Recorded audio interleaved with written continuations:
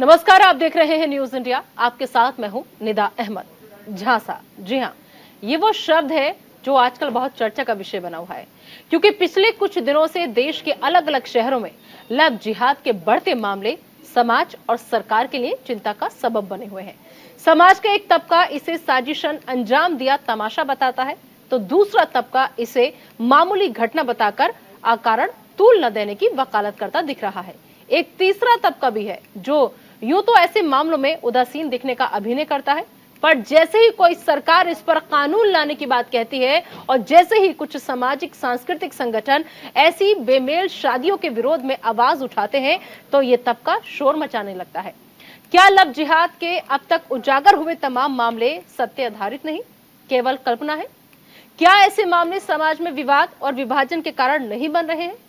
क्या विवाद और विभाजन के कारणों को दूर कर उनके समाधान के लिए पहल करना सही नहीं है?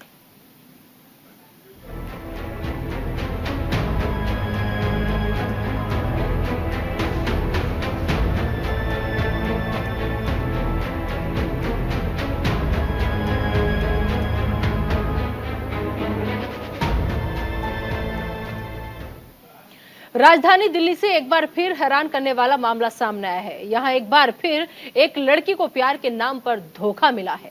धोखा तो छोड़िए, लड़की को मारने की धमकी भी मिली है और जिसके बाद से वो अपने आप को बचाने की गुहार लगा रही है।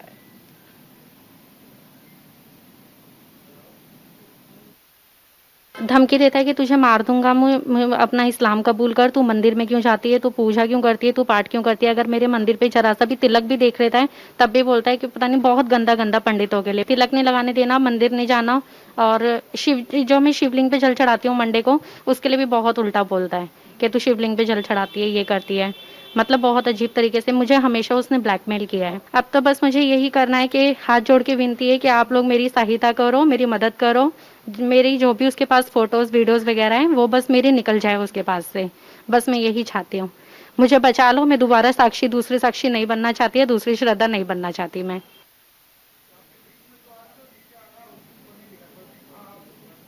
तो ऐसे में हमारा आज का सवाल है कि झांसा और लव जिहाद कितना सच, कितना झूठ? झांसे में और कितनी साक्षी और कितनी श्रद्धा? इन सवालों पर चर्चा के लिए आज हमारे साथ टीम अन्ना की संस्थापक सदस्य मुफ्ती शमूम कासमी रहेंगी। इसके अलावा हनुमान दल के राष्ट्रीय अध्यक्ष ठाकुर रोहित सिंह रहेंगे और इसके अलावा राजनीतिक विश्लेषक हैदर मुजीब मेवाती हमारे साथ रहेंगे। और साथ ही साथ मैं आपको बता दूं कि हमारे साथ जो विश्लेषक हैं जिया मंजरी, मुस्लिम स्कॉलर सूफी मोहम्मद कौसर, हसन मजीदी हमारे साथ रहेंगे और इसके अलावा हिंदू धर्मगुरु महंत रामदूत दास भी हमारे साथ रहेंगे। आप सभी पैनल का स्वागत है। और चलिए आज दरअसल समझने की कोशिश यही करेंगे कि जितने मामले सामने आ रहे हैं, क्या वाकई में अचानक आए ये मामले हैं या फिर कुछ ऐसा बहुत बड़ा हो रहा था जिस पर किसी की नजर नहीं जा रही थी? तो मेहमानों का बड़ा पैनल लगातार हमारे साथ मौजूद है। चलिए अपने इस चर्चा को आगे बढ़ाते हैं, समझने की हम सबसे पहले कोशिश करते हैं। सूफी मोहम्मद कौसर, हसन मजीदी, आपसे मेरा पहला सवाल रहेगा, क्योंकि आप देखिए मुस्लिम स्कॉलर हैं, जितने भी मसले मामले सामने आ रहे हैं शायद आप भी उन सबसे बहुत अच्छे तरीके से, बेहतर तरीके से वाकिफ होंगे। सर, नहीं लगता कि एक जागरूकता फैलाने की जरूरत है, लोगों को समझाने की जरूरत है कि आप सब इसमें ना पड़े तो बेहतर होगा, क्योंकि इससे किसी का कोई भी फायदा नहीं होने वाला है सिवाय नुकसान के। धन्यवाद निदा जी। और मैं आपको बता दूं कि मेरी पहचान एक मुस्लिम स्कॉलर के रूप में नहीं है। मैं एक हिंदुस्तान का, अपने देश का एक आम नागरिक हूँ जिसे अपने देश के संविधान और कानून पर पूरा भरोसा है। और साथ ही मैं जिस संस्कृति का पालन करता हूँ, जिस सभ्यता का अनुसरण करता हूँ, वो वसुधैव कुटुंबकम का दर्श देती है, पाठ सिखाती है कि इस धरती पर रहने वाले सभी हमारे भाई बंधु हैं। लेकिन केवल भाई बंधु कह देने मात्र से काम नहीं चलने वाला।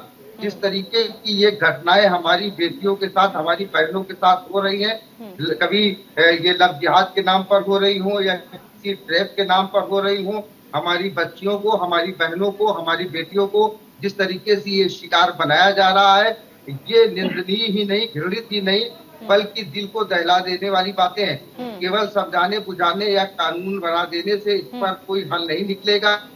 इसके लिए हम सबको जागरूक होना पड़ेगा और एक समन्वय बनाना पड़ेगा और राजनीति से उठ करके, ऊपर उठ करके, किसी भी दल की राजनीति के ऊपर उठ करके अपनी बहन बेटियों के लिए हमको इसके बारे में सोचना पड़ेगा। ठीक है, महेंद्र रामदूत दास जी, आप हिंदू धर्म गुरु हैं, इसलिए आपसे एक मेरा सवाल ये कि सर ऐसा कोई भी मामला सामने आता है, मैं ये नहीं कहती कि सामने वाले लड़के का धर्म क्या है, उसका क्या नाम है, चाहे वो कोई भी हो, गलत लड़की के साथ हो रहा है, भुगत लड़की रही है और बहुत गलत तरीके से सर भुगत रही है, तो नहीं लगता कि हमें सिर्फ और सिर्फ हिंदू और मुसलमान में ना बट करके बल्कि जो गलत हो रहा है उस गलत के खिलाफ आवाज उठानी चाहिए?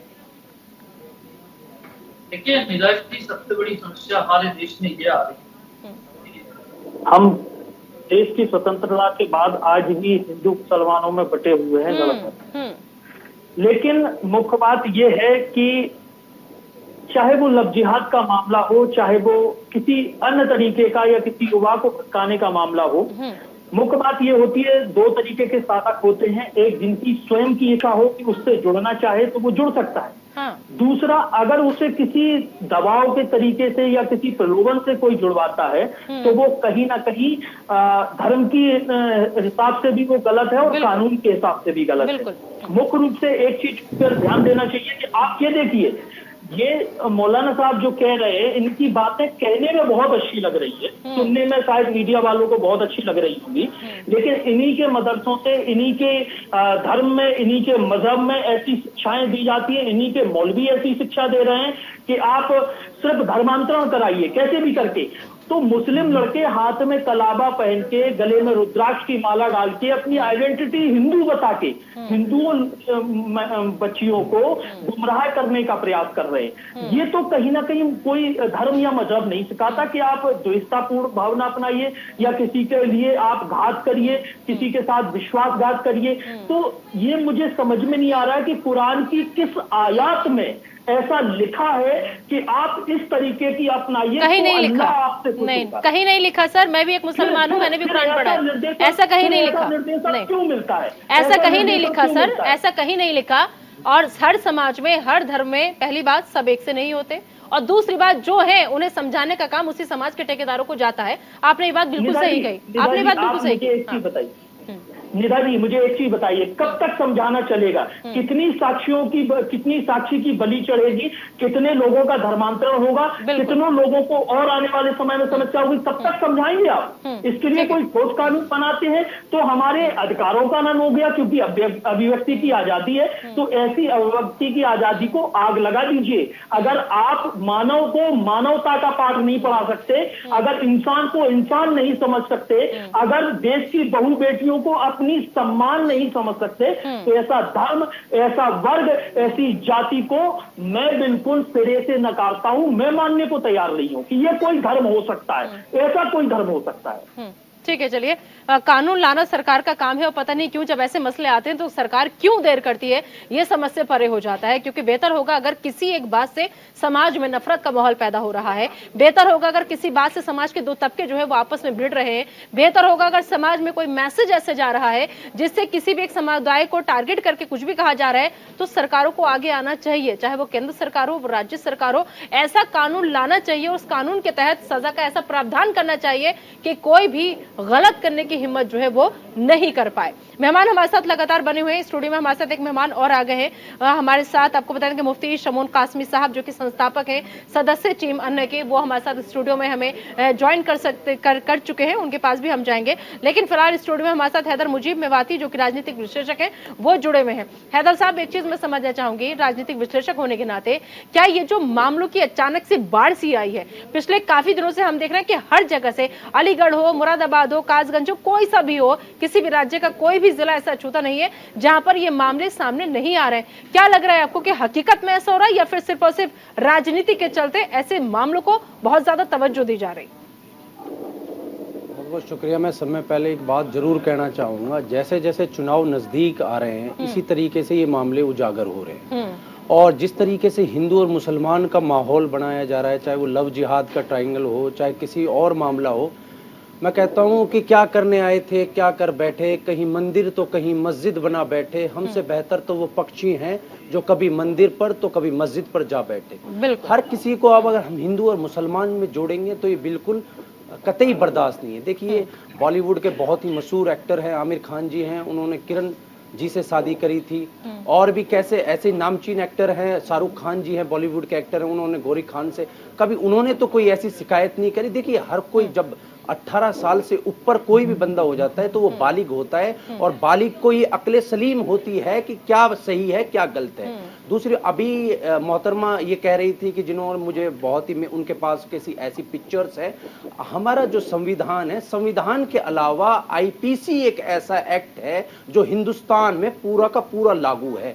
तो कहीं ना कहीं अगर आपको वो सेक्सुअल असल्ट कर रहा है तो आप जाइए पुलिस स्टेशन, मुकदमा दर्ज करिए। आपको वो मानसिक दबाव बना रहा है तो आप, ये पुलिस स्टेशन है, जुडिशियरी है, तो कानून व्यवस्था को इस तरीके से दुरुपयोग नहीं कर सकते। और अभी हमारे पंडित जी महाराज जी कह रहे थे, ये नौबत आनी ही नहीं चाहिए ना सर। अगर आप किसी से कोई रिश्ता बना रहे हैं तो सबसे पहली बात ये कि आपका जो रिश्ता है उसकी बुनियाद झूठ के सहारे नहीं होनी चाहिए। देखिए बिल्कुल आप जो भी हैं, जैसे भी हैं, अपना आपको बताइए। आप झूठ का सहारा लेके कोई रिश्ता नहीं बना सकते ना सर। बिल्कुल निदा जी, मैं आपकी पूरी बात से इत्तेफाक रखता हूं। चलिए एक रिएक्शन में जरा ले लेती हूँ। ठाकुर रोहित सिंह बहुत देर से हमारे साथ जुड़े हुए, राष्ट्रीय अध्यक्ष हनुमान दल के।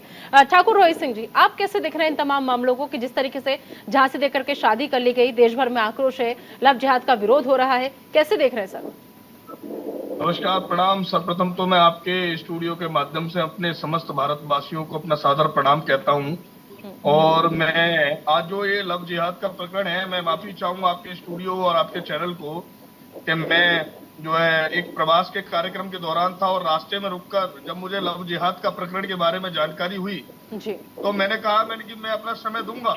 बिल्कुल। और ये बड़ा ही गंभीर विषय है। बिल्कुल लव सर। जिहाद, आप जानते हैं कि हमारे भारतवर्ष में हमारी हिंदू बहन बेटियों के साथ कितनी जघन्य घटनाएं हो रही हैं।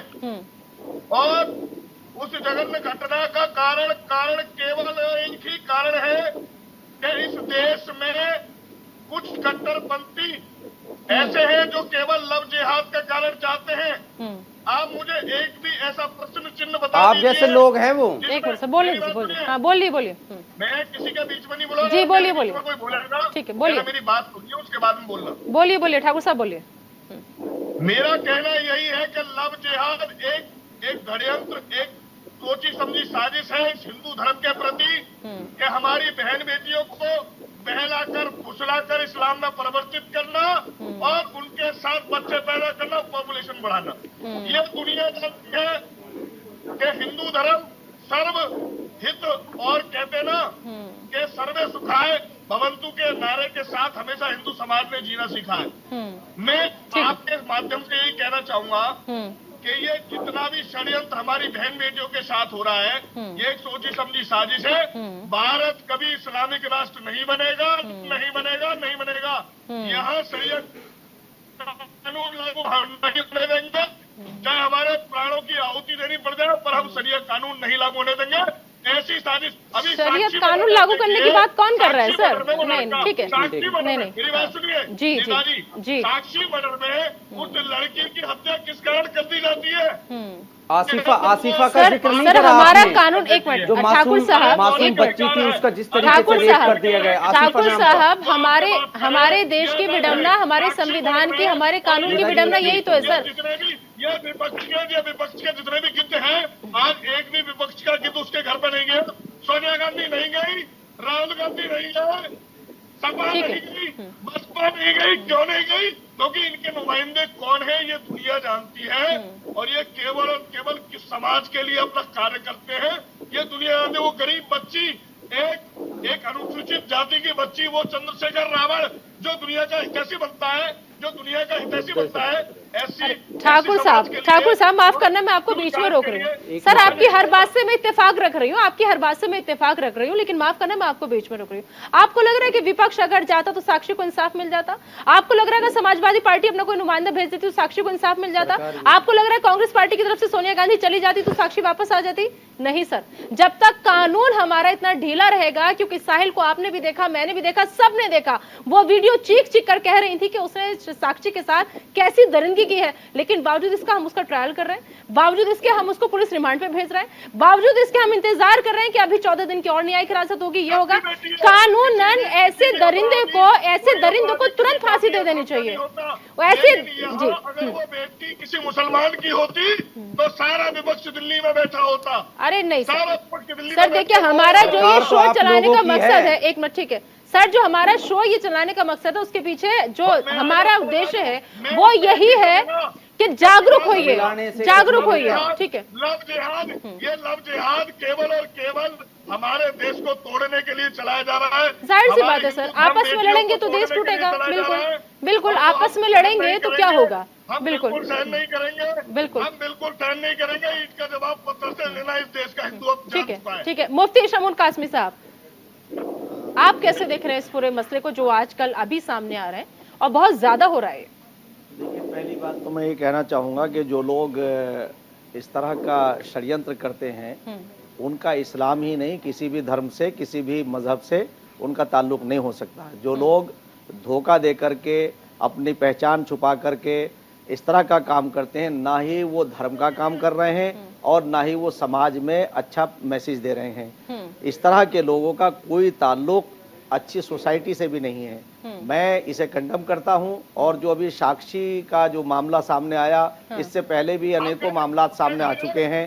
तो ठाकुर साहब सुन साक्षी लीजिए, जी, तो मैं ये कहना चाहूंगा कि मैंने पहले दिन एक बात कही थी कि इसमें तो गवाहों की भी जरूरत नहीं है। बिल्कुल, जो कृत्य उसने किया है, जो एक ऐसा उसने घृणित काम किया है, मेरे पास तो उसे कंडम करने के लिए शब्द कम है।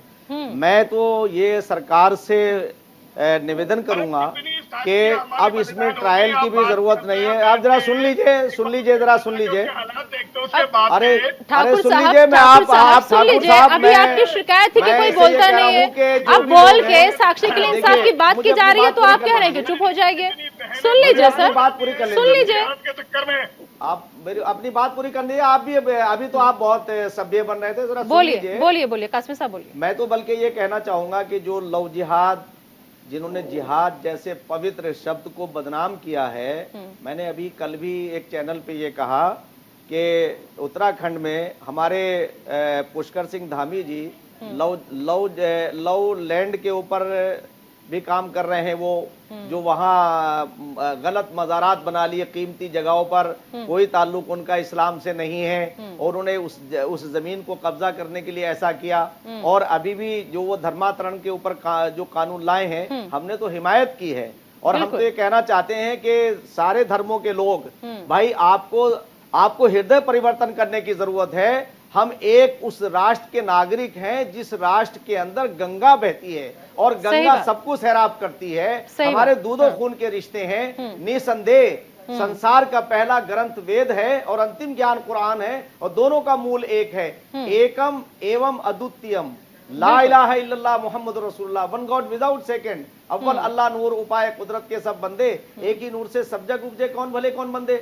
मैं तो ये कहना चाहता हूं कि हमारे राष्ट्र के अंदर जहां नारियों की पूजा की जाती हो, उनका सम्मान किया जाता हो, आज अगर उनके साथ ऐसा हो तो मैं तो उन लोगों को, जब वो साक्षी का मर्डर हुआ, हमने उसे देखा तो हम कांप गए कि कैसे वो लोग थे जो खड़े हुए थे वहां, वो तमाशगीन बने हुए थे।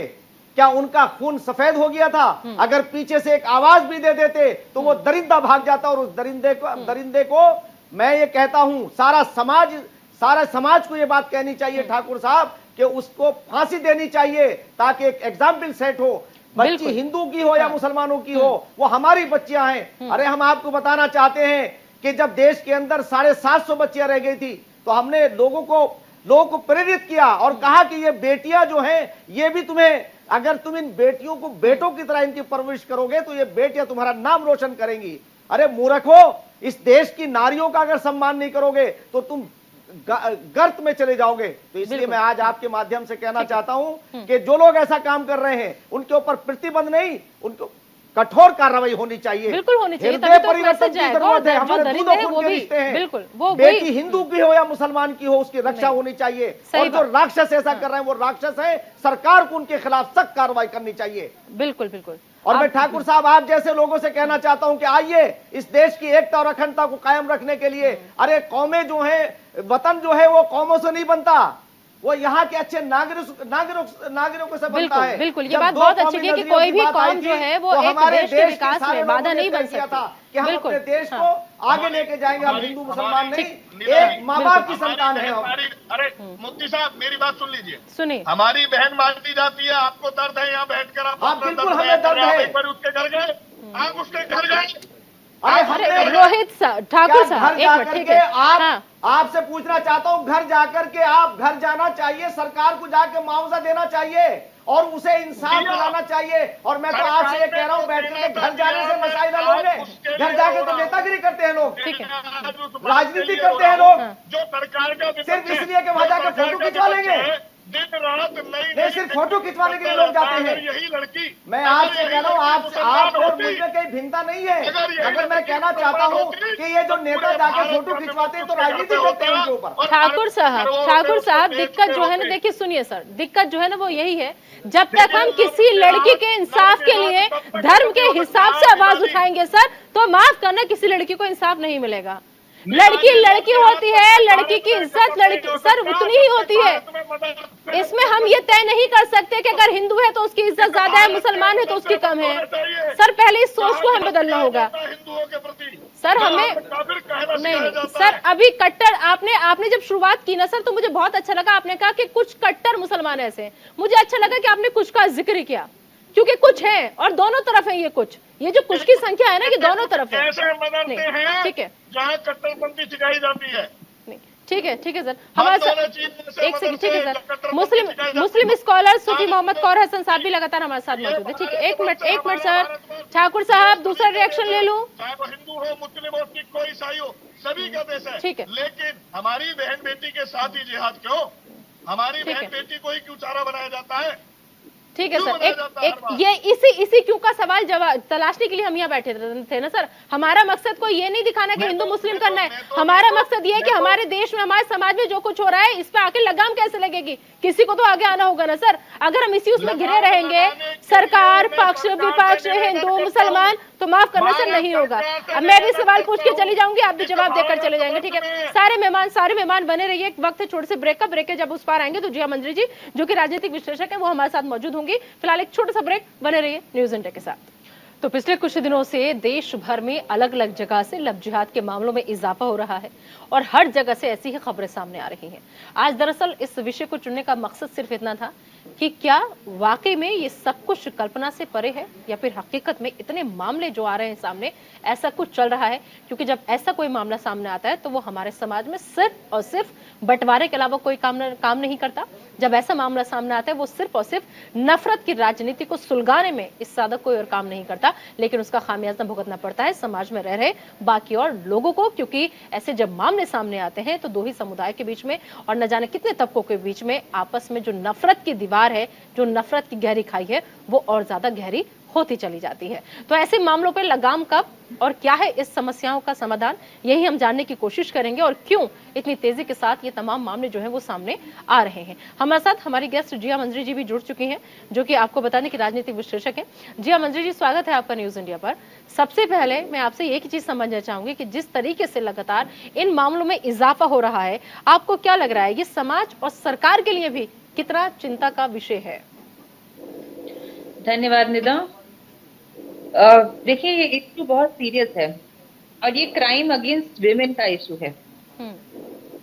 अब समझे इस इशू को कि ये जो इशू हो रहा है ये महिलाओं के प्रति किस प्रकार से आपराधिक विचारधारा बढ़ रही है, ये उसका विषय है और बहुत गहरा विषय है। बिल्कुल। और क्यों ऐसे बार बार लव जिहाद के मामले सामने आ रहे हैं, कहीं ना कहीं एक स्ट्रेटेजी वाइज जो चीजें हो रही हैं, शायद कुछ इस प्रकार के कंटेंट लोग देख रहे हैं जो जिससे उनको रियलाइजेशन हो रहा है, वो कहीं कोरिलेट कर पा रहे हैं इन चीजों को कि हाँ ये शायद हमारे साथ हुआ और उसको वो मुखर होकर के बोल पा रहे हैं। अब इसके अंदर अभी आज कल का ही वाकया है, मध्य प्रदेश में एक 16 साल की लड़की को एक युगल जो कि पहले से विवाहित है, दोनों हस्बैंड वाइफ, वो अगवा कर लेते हैं। 20 दिन उसको रखते हैं अपने साथ में, उसके साथ शारीरिक शोषण करते हैं। उसके बाद में संगठन सनातनी युवा वाहिनी करके उसको जाकर के रेस्क्यू करता है, लड़के को जेल डलवाता है और लड़की को परिवार को वापस करता है। आप देखिए, ये इस प्रकार की जो चीजें हो रही हैं, ये कहीं ना कहीं एक रिजिड माइंडेड जो माइंडसेट है जिसको कि बढ़ावा दिया जा रहा है कि conversion on the false narratives वो नहीं होना चाहिए, और ये और उसका प्रतिकार भी हो रहा है। देखिए, जब कहीं तकरार होती है तो दोनों तरफ से होती है। एक्शन और रिएक्शन देखने की आवश्यकता है हमें। अगर एक्शन कहीं से हो रहा है तो सबसे पहले एक्शन रुकना चाहिए, तब रिएक्शन रुक पाएगा। तो एंड देन लड़कियों को एक और बात है कि देखिए, हमारे समाज में लड़कियां जब मुखर होकर के बोलती हैं तो उनके ऊपर ही तोहमत लग जाती है। लड़कियां कई बार, जैसे उनके साथ सेक्सुअल हैरेसमेंट होता है या उनको अगर कोई इस प्रकार से ब्लैकमेल कर रहा है, तो लड़कियों को ये नहीं मालूम है कि वो किन धाराओं के अंतर्गत जाकर के मुकदमे दर्ज करवा पाती हैं, या फिर उनको इस प्रकार की सहूलियत भी नहीं है कि हमारा समाज ये एक्सेप्ट कर पाए कि हाँ, इसके साथ अगर कुछ गलत हो रहा है तो ये गलत नहीं है लड़की। बिल्कुल, आधे से मामले ज्यादा इसी बात को हवा दे जाते हैं, क्योंकि उन पे अगर घर वालों से भी कहना चाहती हैं, घर वाले भी दबा देते हैं। घर की इज्जत का हवाला देके, घर की मर्यादा का हवाला देके, समाज का हवाला देके, रिश्तेदारों का हवाला देकर वो बोल ही नहीं पाती है। और जब मामले सामने इतनी हद तक बढ़ जाते हैं तो उसके पीछे हम फिर जिम्मेदारी तय करने लग जाते हैं कि कौन जिम्मेदार था। हाँ, ठीक है जी अमन जी, आपने बहुत अच्छी बातें कही। अब सूफी मोहम्मद कौसर हसन मजीदी साहब, क्या लग रहा है आपको, कमी कहाँ रह रही है? क्योंकि देखिए, अगर मैं इस्लाम की बात करूं या मुस्लिम धर्म की बात करूं, शुरू से ही बच्ची की बात कर रही हूँ, लड़की को उस पर फोकस ज्यादा किया जाता है, उसके पर्दे का, उसकी मान मर्यादा का, उसका सबका ख्याल रखा जाता है। लेकिन नहीं लगता उतना ही ख्याल लड़कों का भी रखना चाहिए। उन्हें भी सबक सिखाना चाहिए कि आखिर जो आपकी तालीम है वो क्या कह रही है, आपकी जो दर्जगाह है वो आपको क्या सबक सिखा रही है। किस समाज में हम क्यों लड़कों की तरफ ज्यादा ध्यान नहीं दे रहे? नहीं लग रहा है कि एक बहुत बड़ी कमी है कि लड़कियों पे सारा फोकस कर लीजिए, सारा पर्दा नशी उन्हीं को बना दीजिए, लड़कों को खुला छोड़ दीजिए? देखिए निदा जी, मुझे उम्मीद है कि मुझे पूरी बात रखने का मौका मिलेगा और हमारे साथी पैनलिस्ट गंभीरता के साथ इस बात को सुनेंगे। हाँ, बोलिए। पहला सवाल जो आपने किया है कि लड़की और लड़की का जो विभेद है और पर्दे की बात है, इस्लाम ने जहाँ पर किसी लड़की को सर ढकने के लिए कहा है तो उससे पहले ये हुक्म दिया है कि ऐ मर्दों, तुम अपनी निगाहें नीचे रखो। पहले मर्द को अपनी निगाहें नीचे रखने का हुक्म दिया गया है, उसके बाद लड़की को पर्दा करने के लिए कहा गया है। दूसरी बात है, जिस तरीके की परिस्थितियां इस समय हमारे देश में उत्पन्न हो रही है, मैं एक बार नहीं कई बार कह चुका हूँ, और मैं खास तौर से अपने भाई महंत जी को संबोधित करके ये बात कहना चाहता हूँ कि मैं तो पिछले कई सालों से इसी विषय पर संघर्ष कर रहा हूँ कि चाहे लव जिहाद हो या अन्य किसी प्रकार का जिहाद हो, ये विदेशी शक्तियों के द्वारा हमारे देश को कमजोर करने के लिए, हमारे देश के माहौल को खराब करने के लिए किया जा रहा है। और सबसे बड़ी बात है कि राजनीति के कारण, चाहे सत्ता में हो चाहे विपक्ष में हो, राजनीतिक दल ऐसे मुद्दों को अपनी सुविधा के अनुसार उठाते हैं। अब ये देखिए, सारे मुसलमानों के लिए नहीं बल्कि पूरे हिंदुस्तान के लिए राष्ट्रवाद का प्रतीक यदि किसी व्यक्ति को माना जाता है तो वो डॉक्टर एपीजे अब्दुल कलाम को माना जाता है। एक नेपाल का मुल्ला पाकिस्तान के मुल्ला के कहने पर बरेली में अख्तर रजा के उर्स में प्रोफेसर एपीजे अब्दुल कलाम को, भारत रत्न डॉक्टर एपीजे अब्दुल कलाम को गालियां देता है, अपमानजनक शब्दों का प्रयोग करता है, और पिछले एक हफ्ते से हम लोग लगातार आवाज उठा रहे हैं, उसके खिलाफ कोई कार्रवाई नहीं हुई। ऐसे तत्वों को खुली छूट गालियां मेरा जी एक मिनट, ऐसे तत्वों को खुली छूट दी जा रही गालियां देने के लिए और सरकार उन पर कार्रवाई नहीं कर रही है। तो जो मुसलमान, राष्ट्रवादी मुसलमान इस देश के लिए, इस देश की हिंदू मुस्लिम एकता के लिए काम करना चाहते हैं, उनका मनोबल गिरता है और वो खामोश हो जाते हैं। फिर आरोप ये लगता है कि मुसलमान अपनी आवाज नहीं उठा। ठीक है, महंत रामदूत दास जी, महंत जी आप बहुत देर से बोलने की कोशिश कर रहे हैं। निदा जी, मेरा एक सवाल सूफी मोहम्मद जी के लिए है। आपने कहा कि इस्लाम में कहा गया है पर्दे के लिए कि ये मर्दों तुम अपनी निगाहें नीची रखो, तो क्या ये सिर्फ मुस्लिम बहनों के लिए कहा गया नहीं, या सबके लिए? औरत मतलब औरत होता है सर, वो हिंदू धर्म या मुसलमान धर्म नहीं, औरत मतलब औरत। जब औरत मतलब औरत होता है, जब औरत मतलब औरत होता है तो उसी इस्लाम के नुमाइंदे, उसी इस्लाम के मौलाना, उसी इस्लाम के मदरसों से उन्हीं लड़कों को ये कहते हैं कि लड़की घुमाने का 50,000, शादी करने का 5 लाख मैं दूंगा। तो क्या ये किसने कह दिया सर? किसने कह दिया सर ये? भाई निधा जी, आपने कई वीडियो देखे होंगे, मुजफ्फरपुर के सलीम ने एक वीडियो बना के ये स्वयं कबूल किया है हो सकता है मेरे पास वो वीडियो। सर देखो, मैं इतनी देर से यही समझाने की कोशिश कर रही हूँ। एक मिनट सर, मेरी बात सुनिए। आप जैसे अगर ऐसी वीडियो पे आप जाएंगे तो सर ऐसे तो साथ भी प्रज्ञा कि न जाने कितनी वीडियो मैं आपको दिखा दूंगी जिसमें बाकायदा बोली भी लगाई जा रही है मुस्लिम लड़कियों की, जिसमें बाकायदा सर बोली भी लगाई जा रही है। हमें ऐसे ही अराजक तत्वों से बचना है। एक मिनट सुन तो लीजिए। चलिए ठीक है, वीडियो छोड़ दीजिए।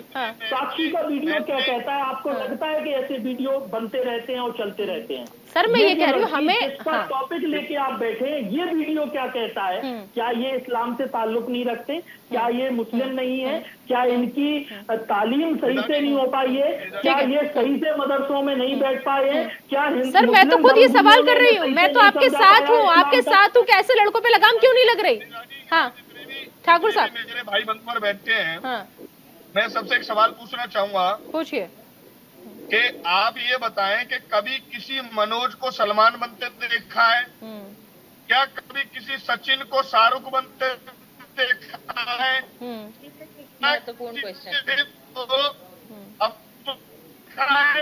जिहाद के प्रकरण की अगर मैं बात करूं तो जितने भी लव जिहाद के प्रकरण है, बुरा मत मानिएगा, जितने मेरे स्कॉलर बैठे मेरे साथ बैठे हैं, और जितने भी इस देश में प्रमाण मिले हैं, क्या किसी हिंदू भाई को अपना नाम बदलकर किसी मुस्लिम बहन बेटी के साथ सलमान आज ऐसा कभी आपने कोई प्रकरण इस भारतवर्ष में मीडिया के माध्यम से सुना है?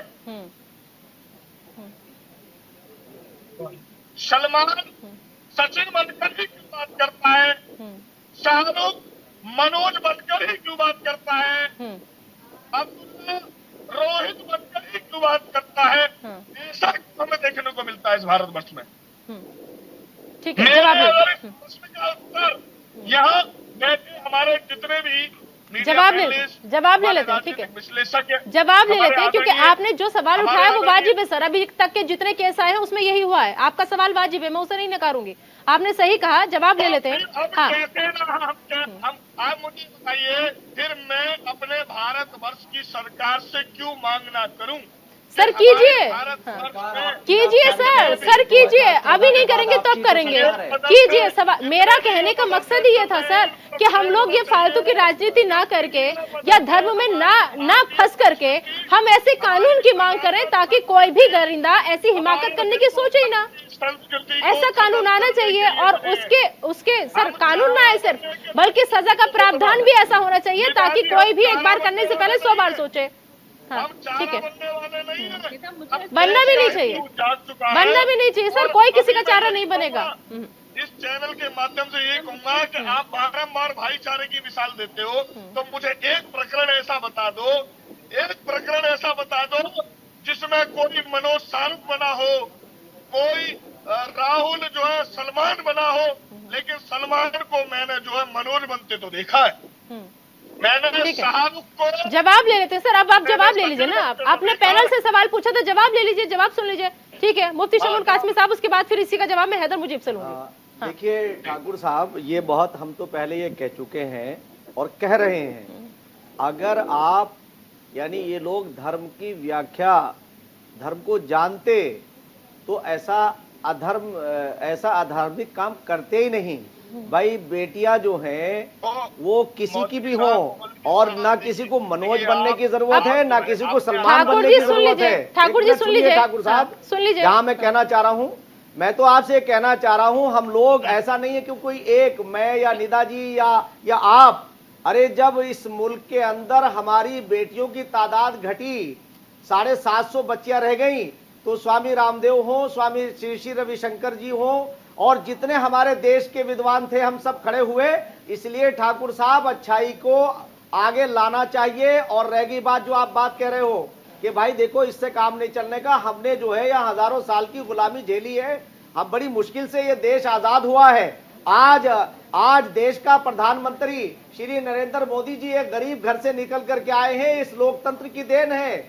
उनके परिवार के अंदर कोई बड़ा नेता भी पैदा नहीं हुआ। आज 9 साल के अंदर देश को इतना आगे ले गए हैं कि 4 घंटे का रास्ता 1 घंटे में हम तय कर लेते हैं। आपको बताना चाहते हैं कि जहां जहां सरकारें इस वक्त चल रही हैं, प्रधानमंत्री के नेतृत्व में अच्छा काम हो रहा है। मैंने अभी आपको उत्तराखंड का हवाला दिया कि श्री पुष्कर सिंह धामी जी ने वहां लैंड जिहाद के खिलाफ अभियान चलाया, हमने उसे सपोर्ट किया।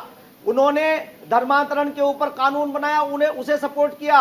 आज कोई मुसलमान उनके खिलाफ आवाज नहीं उठा रहा है, मैं आपको बता दूं। और धर्म परिवर्तन नहीं होना चाहिए, हृदय परिवर्तन होना चाहिए। मेरे भाई, हमारे दूधो खून के रिश्ते हैं, हमें भारतीय होना चाहिए। बिल्कुल बिल्कुल, भारतीय को मजबूत करना चाहिए। बिल्कुल बिल्कुल। हैदर कितना इत्तेफाक रख रहा है काश्मीर साहब की इस बात से। आक्रमण करेगा। आज हम देश विश्व की एक बड़ी शक्ति बनने जा रहे हैं। कल तक हमारी कोई इज्जत नहीं होती थी, आज पूरी दुनिया हमें सम्मान की नजर से देख रही है। तो वही चीज है, दूसरी जगह विदेशों में हमारा डंका बज रहा है, लेकिन हम आपस में ऐसे लड़ रहे हैं और पता नहीं हम कौन सी मिसाल पेश करना चाह रहे हैं। ठीक है हैदर जी, देखिए, इस मुद्दे को हिंदू और मुसलमान में जिस तरीके से बार बार ये हमारे ठाकुर साहब कह रहे थे कि भाई ये कन्वर्ट कराते हैं और माइंड को डाइवर्ट करते हैं। सब में पहले तो मैं ठाकुर साहब से ये कहना चाहता हूँ कि इस मुल्क को आजाद कराने में हिंदू भाइयों के साथ साथ मुसलमान भाइयों ने भी योगदान दिया था। और देखिए, ना ही हिंदू बुरा है ना ही मुसलमान बुरा है, जो बुराई पे उतरा है वो इंसान बुरा है। यहाँ इंसानियत की बात होनी चाहिए। और निदा जी, एक बात बताता हूँ, जब से मुल्क में 2014 के बाद भारतीय जनता पार्टी आई है, मुल्क में सिर्फ और सिर्फ मुद्दे रह गए हैं। लव जिहाद, घर वापसी, मदरसा जिहाद, नमाज जिहाद, मॉब लिंचिंग के नाम पे कभी अकबर को मार दिया जाता है, कभी जुनैद को मार दिया जाता है, कभी वक्फ बोर्ड का मुद्दे को उठा के ले आते हैं। देश में आज 2023 में अब जैसे जैसे चुनाव नजदीक आ रहा है, यहाँ एजुकेशन की बात होनी चाहिए थी, यहाँ किस तरीके से डेवलपमेंट हो हिंदुस्तान की मुल्क की।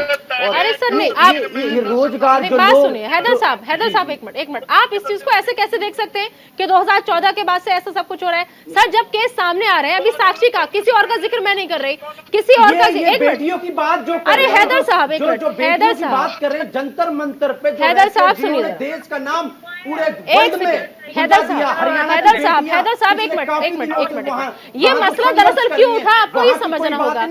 हैदर साहब, ये मसला क्यों उठा, ये आपको समझना होगा। आपको मैं एक चीज, यहाँ जितने लोग बैठे हैं, दरअसल मैं एक बात बता दूं हैदर साहब, खासतौर पे आपको, देखो प्रयागराज से मामला सामने आया, उसमें भी इमरान ने अशोक बन करके ये सब कुछ किया। इसके बाद मुरादाबाद से मामला सामने आता है, मोहन बनकर मेहरबान अली वो बना। उत्तर प्रदेश में, अरे नहीं सर, नहीं, हैदर साहब, उत्तरकाशी की बात आती है, वहाँ मुस्लिम युवक ने हिंदू नाबालिग लड़की को, उत्तर प्रदेश में हो रहा है। ये सब सामने मामले जब आ रहे हैं, उसके बाद ये सवाल हो रहा है क्या कोर्ट को, कानून को ऐसे गुंडे हाथ में रहेंगे? फिर तो कोर्टों को बंद हैदर साहब, आपने फिर से धर्म में बांट दिया, आपने फिर से धर्म में बांट दिया, आपने फिर से धर्म में बांट दिया जो नहीं बांटना है। राजनीति को ना, हिंदू मुस्लिम की राजनीति को नकारिए सर, हिंदू मुस्लिम की राजनीति को नकारिए और जो सच है सच को सच मानिए। तो यही तो तभी आप नहीं, आप सच को सच मानिए। ये मुल्क डॉक्टर भीमराव अंबेडकर के संविधान से चलेगा, ना ही हिंदू से चलेगा, ना ही मुसलमान से चलेगा, ये देश के संविधान से चलेगा। बिल्कुल, देश का जो संविधान है उससे चलेगा। जिया मंजरी जी, संविधान बनाने में जिया मंजरी जी 362 लोगों का जिया मंजरी जी योगदान रहा है, उसको हरी रईजादा जी ने लिखा है। ठीक है, तो संविधान का आप जो बार बार बोलते रहते हैं, तो संविधान को माने ना। किसने बोला है कि हाइड आइडेंटिटी करके आप नकली आइडेंटिटी बना करके, उसमें लिखा है कि संविधान में कहीं कि आप नकली आइडेंटिटी बना? आपको पता है ना, ये फोर्जरी होती है। अगर कोई अपने डॉक्यूमेंट्स को फोर्जर करे तो क्या होता है? आपको जी बिल्कुल, हाँ बिल्कुल दूंगी सर, दूंगी। उसको अरेस्ट करा के मुकदमा दर्ज होना चाहिए। अगर कोई अपने नाम को बदलता है, इम्पर्सोनेशन करता है, तो उसके खिलाफ 419 का मुकदमा दर्ज हो जाना चाहिए, 420 का होना चाहिए। अगर डॉक्यूमेंट्स के साथ फोर्जरी कर रहा है तो उसके खिलाफ मुकदमा होगा। एक एक करके सर, एक मिनट, जिया मंजरी जी अपनी बात पूरी कीजिए, फिर उसके बाद महन जी के पास में जाऊंगी। हाँ जी, ठीक है, आपको ठीक है sir, punishment for sexual harassment 354 ये संविधान कहता है, इसमें लड़के को सजा होनी चाहिए। बिल्कुल, ठीक है। एक्सटॉर्शन 383 384 ये संविधान कहता है, इसमें लड़के को सजा होनी चाहिए। पूजा प्रोविजन, पूजा के लिए किसी को भी अपने रिलीजियस राइट को परफॉर्म ना करने देने के लिए 298 ये संविधान कहता है। इस संविधान के अनुसार आप संविधान की दुहाई देते हैं, तो संविधान अनुसार क्या ये काम हो रहा है?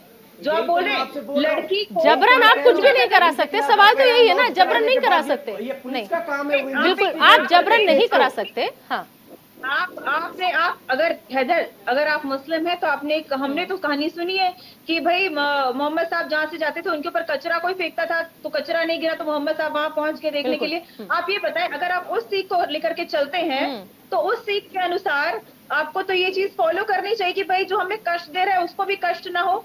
तो आप अनजान लड़कियों को ऐसे फंसाने की बात की वकालत कैसे कर सकते हैं? बिल्कुल, मैंने वकालत तो नहीं करी आपने। मैं क्या कहना चाह रहा हूँ, पहले आप इस बात को गौर से समझिएगा। मैं आपको संविधान का हवाला दे रही हूँ, क्या संवैधानिक है ये सब करना? मैं आपसे क्या बात कहना चाह रहा हूँ, मैं आपसे ये कहना चाह रहा हूँ, यदि इस मुल्क में चाहे वो हिंदू धर्म से ताल्लुक रखता हो या मुसलमान धर्म से ताल्लुक रखता हो, अगर कोई किसी के साथ गलत करता है तो उसको कानून के तहत उसके खिलाफ मुकदमा दर्ज होकर उसके खिलाफ कार्रवाई होनी चाहिए। तो कानून के तहत ही तो हो रही है। अरे कानून के हैदर, एक मिनट, कानून के तहत ही तो हो रही है। ये जो मामले सामने आए हैं, जब FIR दर्ज हुई, लड़की पहुंची पुलिस की शरण में, तभी तो आए ना। कानून के तहत ही तो हो रही है। तो यही बात तो मैं निदा जी कहना चाह रहा हूं, कानून के तहत ही कार्रवाई हो रही है ना सर। 2014 जी बोलिए बहन जी। मुसलमानों और हिंदुओं के बीच में हैदर साहब 2 मिनट के लिए साथ हो जाइए। ठीक है जी, बोलिए महेंद्र रामदूत दास जी, बोलिए। निदा जी, 1 घंटे की डिबेट में जिस सच्चाई को हम शायद खोज रहे थे वो आज हैदर साहब के अंदर से स्पष्ट हो गई है। हम लोग कह रहे हैं कि इस्लाम बुरा नहीं है, लोग कह रहे हैं कि अनुयायी बुरे नहीं है, लेकिन हैदर साहब जैसी सोच रखते हैं और ऐसी सोच अगर अन्य लोगों में बांटते हैं तो वो इंसान जरूर इस्लाम और इस देश के लिए खतरनाक है। इन्हें अतीक अहमद का मरना उत्तर प्रदेश के अंदर एक घटना लगती है। इन्हें आप कानून को हाथ में ले लेंगे जब तक कोई बंदा उसके खिलाफ मुकदमा दर्ज हो जाए कोर्ट में, जब तक उसके खिलाफ फैसला ना आ जाए वो गिल्टी करार नहीं दिया जाता। ये बात उसकी नहीं है। आज जिस तरीके से एक और बंदे की हत्या कर दी गई वो नहीं दिखता आपको? कानून व्यवस्था को उत्तर प्रदेश में जंगल राज बना दिया योगी सरकार ने। क्या 2014 के बाद हिंदू और मुसलमान की राजनीति करते रहोगे? हिंदू और ठीक है सर, ठीक है सर, एक मिनट देखिए, टॉपिक जो था वो अतीक अहमद बिल्कुल नहीं था। हैदर एक मिनट, टॉपिक जो था अतीक अहमद वो बिल्कुल नहीं था। टॉपिक था लव जिहाद के जो मामले अचानक से सामने आ रहे हैं, आखिर इसके पीछे वजह क्या है? ठीक है, ठीक है बहन जी देखिए, अगर आप हैदर पे सवाल उठा रहे हैं तो यहाँ पर मुफ्ती शमून कासमी साहब भी बैठे हैं सर, जो लगातार बहुत अच्छी बातें कह रहे हैं, जो एक समाज को आईना दिखाने की बातें कह रहे हैं। ठीक है, हाँ जी, उनको सुन लेते हैं, थोड़ा उनको भी सुन लेते हैं। जी बोलिए कासमी साहब। देखिए निदा जी, मैं ये कहना चाहता हूं कि जैसे अभी कुछ लोगों ने, देखिए मुसलमान, इसमें कोई दो राय नहीं है कि सच्चर कमेटी ने भी ये बात कही और श्री राहुल गांधी अमेरिका में जाके बोले कि दलितों के से भी नीचे आ गए हैं। तो ये किसने किया? प्री प्लान ये कांग्रेस ने किया। और आज क्योंकि मुसलमान अनएजुकेटेड है, इसमें कोई शक नहीं है, गरीबी के की रेखा के नीचे है ज्यादातर, इसमें भी कोई शक नहीं है, उन्हें मुख्य धारा से नहीं जुड़ने दिया गया, इसमें भी कोई शक नहीं है। मैं आज ये कहना चाहता हूं कुछ लोगों से जो मुसलमानों को फिर वर्गलाने की कोशिश कर रहे हैं, भाई इस सरकार के अंदर कहीं कोई अन्याय नहीं हो रहा है। और रह गई बात, जो लोग असामाजिक लोग हैं, जो क्रिमिनल लोग हैं, उनका कोई ताल्लुक किसी धर्म से नहीं होता है। मैं तो ये निवेदन करना चाहूंगा भारत के मुसलमानों से कि भाई 60 सालों में कांग्रेस ने तुम्हारा तुष्टीकरण किया। ठीक है, माफ कीजिएगा, वक्त की कमी है। आप सबका बहुत बहुत शुक्रिया। मुफ्ती शमून कासमी साहब, ठाकुर रोहित सिंह, हैदर मुजीब और जिया मंजरी जी, सूफी मोहम्मद कौसर, महेंद्र रामदूत दास जी। सर माफ करना, वक्त की कमी है। देखिए दरअसल समझिए कि हमने कोशिश ये की थी कि जो आजकल के मामले लव जिहाद के आ रहे हैं, आखिर इसके पीछे किसकी साजिश हो सकती है और कौन है जो हमारे देश के माहौल को खराब करने की कोशिश कर रहा है। फिलहाल एक छोटा सा ब्रेक, बने रहिए न्यूज़ इंडिया के साथ।